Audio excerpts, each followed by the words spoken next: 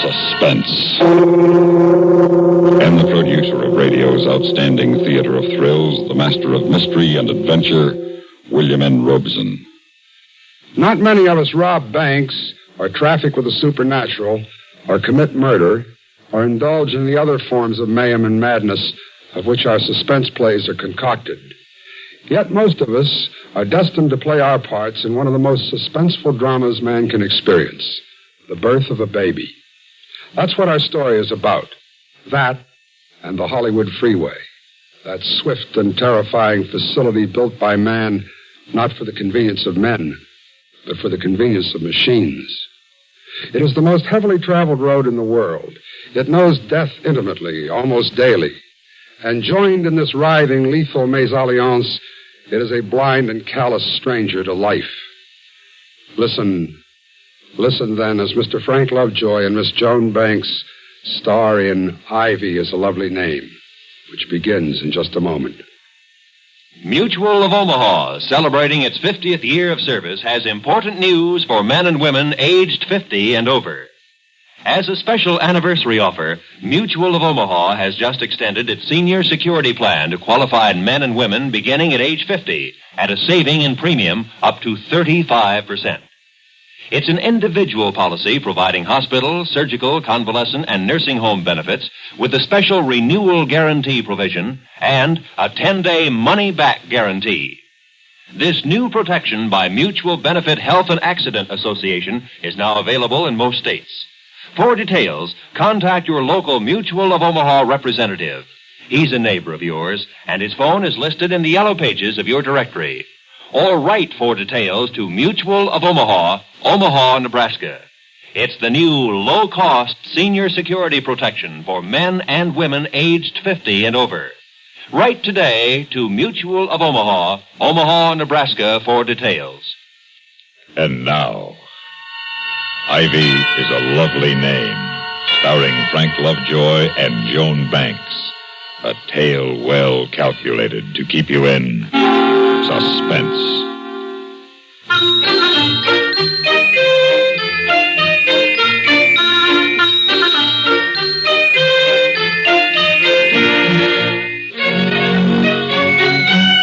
It wasn't as though this was our first baby. Bobby was 8, going on 9. It was just that Linda was out of practice, and it made her jumpy. We'd planned this thing like Eisenhower planned the Normandy landings. And yet, every hour on the hour, Linda wanted to run down the checklist. I know it's silly, Tom, but is the car full of gas? To the top. And you called Marion about coming over to stay with Bobby. Yesterday, the day before yesterday, and also today twice. So wonder your sister answers the phone at all. Did you call Dr. King today? Yeah, I called him, and I told him he felt fine. You told him I thought I might have to... Yeah, I told him your built-in calculating machine said tonight was the night, and he said not to knock it. Mothers-to-be usually had, inside information on such things. Oh, please, no jokes. So he gave me the phone number where I could reach him if he wasn't home or at the office. Tom, I'm sorry I'm such a nag about this, but I just don't want anything to go wrong. Oh, honey. I keep reading about people running out of gas on the way to the hospital or losing their way or getting there and not being able to find the doctor. Yeah, I know. I just figure I couldn't take it if something like that happened to me. I guess I'm not much of a mother. Look, you're a wonderful mother. You've done a magnificent job with Bobby, and you'll do okay with this new one. Say, where is Bobby? Oh, if we have to leave in a hurry, I don't want to have to start looking all over the neighborhood for him. Well, he's out in the backyard. He isn't climbing the ivy to the garage roof again, is he? Tom, I have asked him not to play in the ivy 100 times. He says, okay, Mom, and goes right on doing it. Well, I think you ought to speak to him. I mean, you're his father. Oh, now, Linda, listen to me. Bobby's an 8-year-old boy. He's a healthy, normal boy with an urge to climb that every kid has had since boys were invented. That ivy on the garage is as strong and safe as a rope ladder. He's not going to hurt himself. He could fall and kill himself. He could fall. He'd probably bounce right back up again. Tom, I want you to go call him in, and I want you to tell him not to climb that ivy anymore. Well, I mean it. Okay, baby. I'll call him. Looks like rain anyway. Hey, I just had a great thought. If the new one's a girl, maybe you should name it Ivy. Yeah, Ivy Peterson. That's a pretty name. That's a horrible name, and I don't think you're funny. I don't think you're funny at all. Oh, baby, come on now. I was only kidding. All right, I'll go out and get Bobby. Bob! Bobby? Hi, Pop. Where are you? Up here on the garage. Oh, well, come on down. You're not supposed to play on the garage roof. Okay, watch. I'll show you how I can slide down the ivy. Yeah, okay. You better hurry up. It's starting to rain. I can do it in the rain, Pop. I've done it. Watch. Now, take it easy now. Your mom doesn't like you climbing things. Watch. I can climb right down like a ladder. Oh. See? I'm down. How's that, Pop? Oh, that's great, son.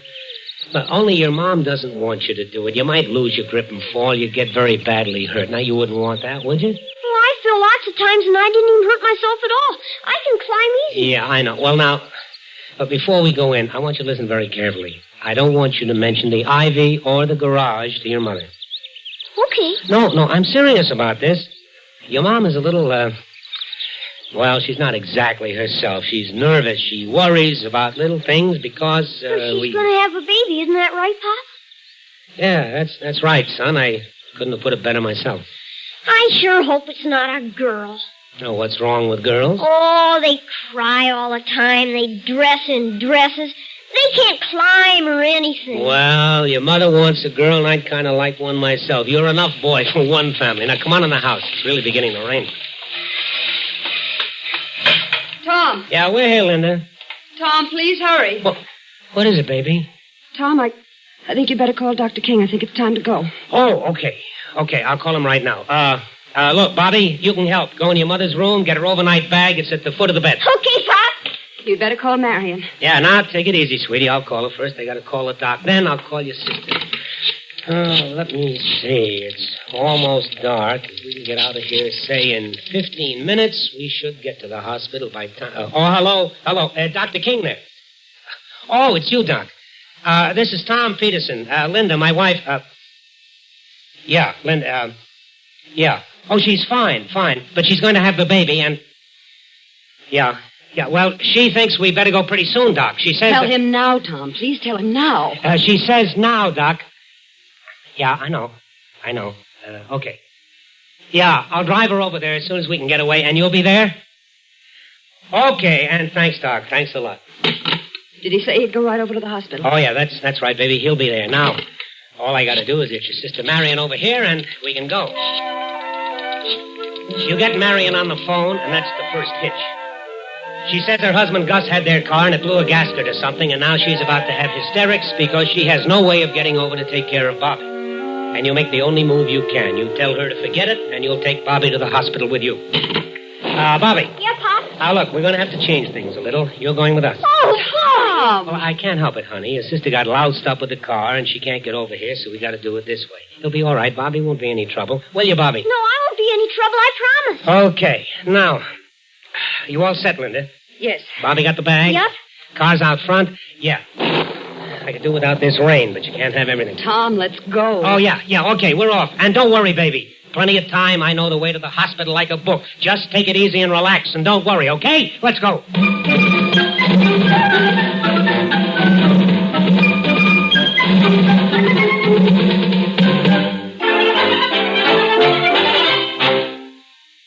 In a moment, we continue with the second act of Suspense.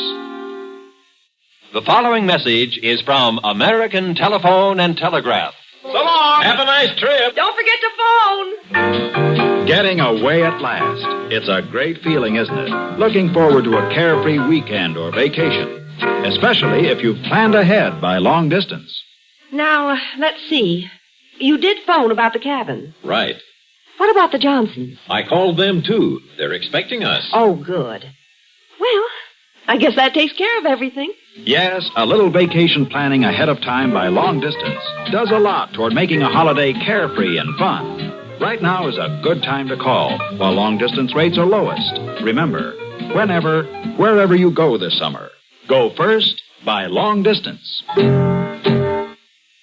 And now, starring Frank Lovejoy and Joan Banks, Act 2 of Ivy is a Lovely Name.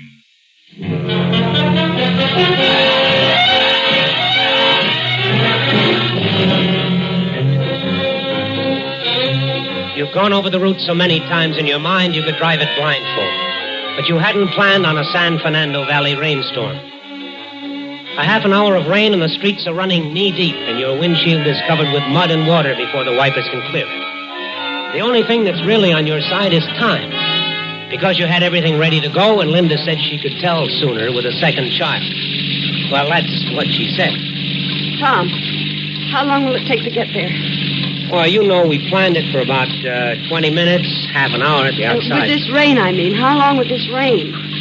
I don't know, honey. Maybe a few minutes longer than we planned. Not much. Please, Pop, that car went through a puddle and it splashed us. Puddle? More like a lake.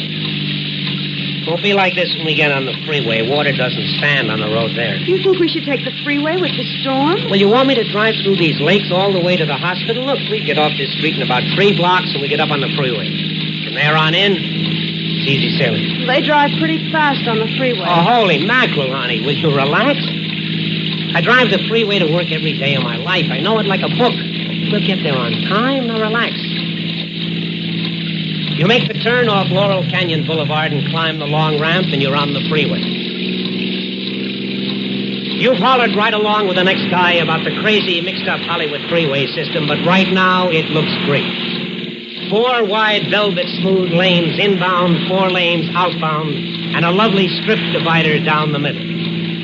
Of course, on this section of freeway, the divider isn't a steel fence like on some. It's sort of a raised parkway, asphalt on top, about 10 feet wide, with boxes every 100 yards or so planted with shrubs. But it keeps you separated from the cars in the opposite lanes. And in a rain like this, with the glare from your headlights mixing crazily with the others, it's a comforting feeling just to know it's there. Daddy, are we almost there? Almost. How much further is it? Oh, stop bothering your daddy, Bobby. It's a little ways yet. Bobby, that's the Hollywood Bowl over there on the right. You can't see it, of course, but that's where it is. And those are the lights of Hollywood right ahead of the sun. Will we get to the hospital pretty soon? Sure we will, Bobby. We go along the freeway here till we get to the Vermont off-ramp, and then we get down Vermont a few blocks, and we'll be there. You know that we're doing almost 60 miles an hour, Tom? I do. Boy, 60. Let's go faster, Pop. Well, 60 is the average speed along the freeway, Bobby. If you go faster, you run into the cars ahead of you. If you go slower, you get clobbered by the cars behind you. There's an awful lot of traffic for this time of night, isn't there? Well, it's nothing unusual. They begin to jam up all the way to the interchange, but they all move. How do you feel? I'm all right, but I wish we'd get there. I thought you said the second ones were, well, a little more predictable. This one's in an awful hurry. Well, I'm sorry, Tom. Oh, come on now, baby. I didn't mean anything. Tom, will you see if you can get us there as soon as you can? Oh, please, not yet. Honey, just hang on. I'll see if I can. Tom! Tire, front tire. Tom, we're swerving. We're going up on the divider. I know.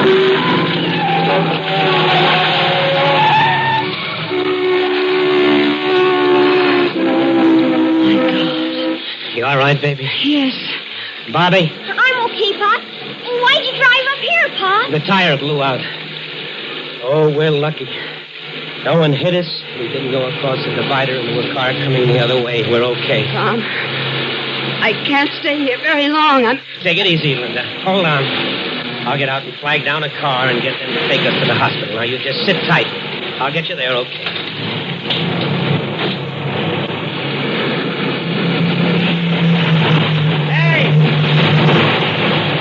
Hey, slow down, will you? We need help. Hey!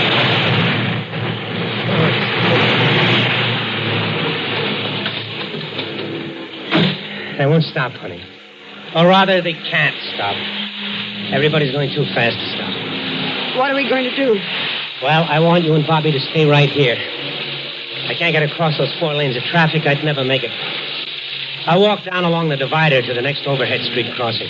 Can you get off the divider there? Well, of course you can. They gotta have some steps up the inside of the big cement post or a steel ladder up the outside. Tom. They probably even have a phone at the base there in a box or something. After all, nobody built a freeway with a divider strip down the middle of it with no way off. They'd be completely crazy. Can I go with you, Dad?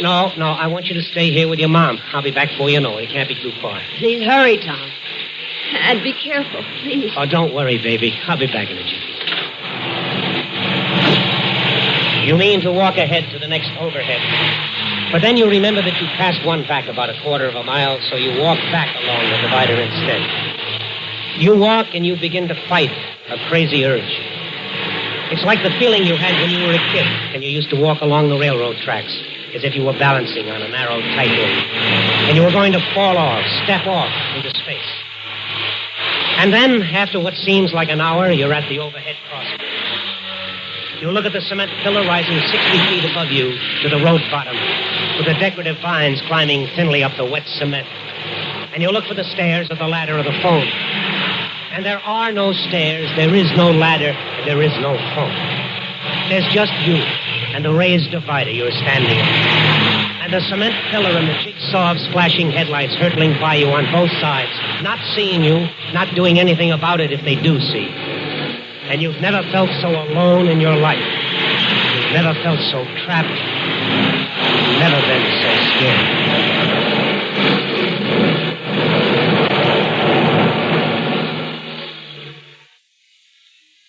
In a moment, we continue with the third act of Suspense. Remember the terrible forest fires that threatened whole communities along the Pacific coast last year?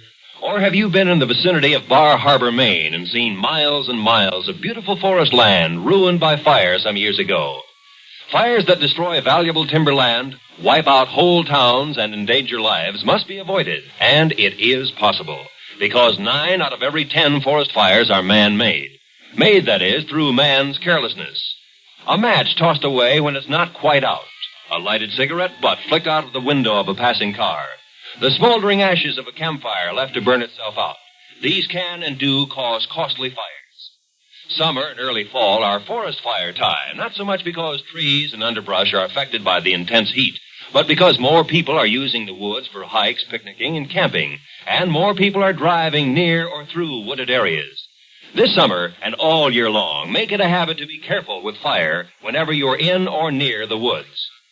And now, starring Frank Lovejoy and Joan Banks, Act 3 of Ivy is a Lovely Name. You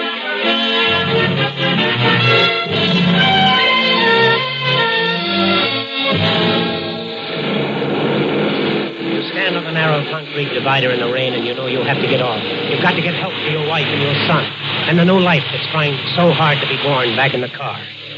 Maybe if you time it right, you can get across the 4 lanes and make it up the bank of the street and get help. Maybe, if you watch closely and brake for it just right. Yes, that's got to be the trick. Get a brake and run for it. Now! You don't get 2 feet before they're on you. You make it back and that's all. Now you know you can't get to help that way. You hurry back through the rain a long quarter mile to the car. Hi, honey. Well? I didn't make it. I'm going to go the other way and see if there's a way up. It's the only thing that I can do. Where's Bobby? Why, he's with you. No. I left him with you. I told him to stay with you. But I let him go look for you. I thought I was going to have the baby, and I asked him to go get you. I thought... Well, he didn't get me. I came back to the car. He wasn't on the divider. Well, he has to be. He went the same way. What, back? Back towards Hollywood? No. You said you were going forward to the next overhead. Oh, but I didn't go forward. I went back. Linda, Bobby's out alone on that divider somewhere. I'll go get him. Hurry, Tom. Please hurry. I can't hang on much longer. I can't. I'll be back, baby. I'll be back as soon as I can. Start off running now, running down that tiny strip of wet asphalt as though your life depended on it. And you know it isn't your life. It's Linda's and a little new one and Bobby's. An 8-year-old. He could get bewildered. He could get dizzy and step out into that traffic. You keep running until you reach the overhead bridge, and there's no Bobby. Nothing but rain and concrete and headlights and fear. You're just about to make another try to run across the traffic when you hear it. A siren moving, coming along the freeway. Maybe you can stop it. Maybe you can jump out in front of it and stop it. But you know before you even consider it that you wouldn't live long enough to tell them what you wanted. Now you can see it. A revolving red light on the moving car coming up the fast lane. You stand there like a madman, waving your arms and screaming, "Stop! Here on the divider! Stop! Please!" You watch it trickle by you, and you hate them for not seeing you.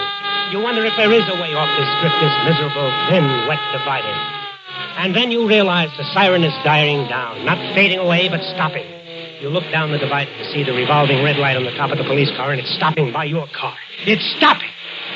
And then you run back towards the car, back towards Linda, and you run and you run and you run, and at last you're there. You're back at the car. There's a policeman with flares standing behind the police car. Inside the car, there are two policemen with Linda. And Bobby is there, too. Hi, Pop. Bobby, where were you? Where did you go? I went up the ivy, Pop. I thought maybe you'd climb the ivy up to the bridge, so I climbed up there to find you. Mom said to go find you. Okay, Bobby, okay. I guess you're the father here. Mother and child are doing fine. Mother and child? Linda, I'm okay, darling. It's a little girl. Bobby brought the policeman back with him. Bobby's quite a boy. Popped up over the edge of the overhead bridge just as we were crossing. I thought I was seeing things. I wouldn't have climbed it, Pop, but I thought you were up there. It's okay, son. You did the right thing. Oh, it was easy. The ivy was just like it is on the garage. Linda? Yes. I couldn't get off. I couldn't find any way off that divider. If it wasn't for Bobby. I know, Tom, I know. You know something else I know? What? I've changed my mind. I think Ivy's a lovely name for a girl. Yeah?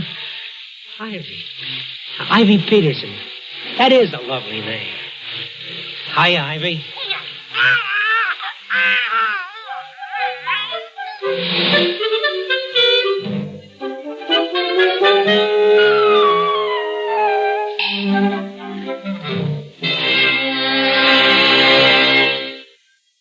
Suspense, in which Frank Lovejoy and Joan Banks starred in William N. Robeson's production of Ivy is a Lovely Name, written by Sam Pierce.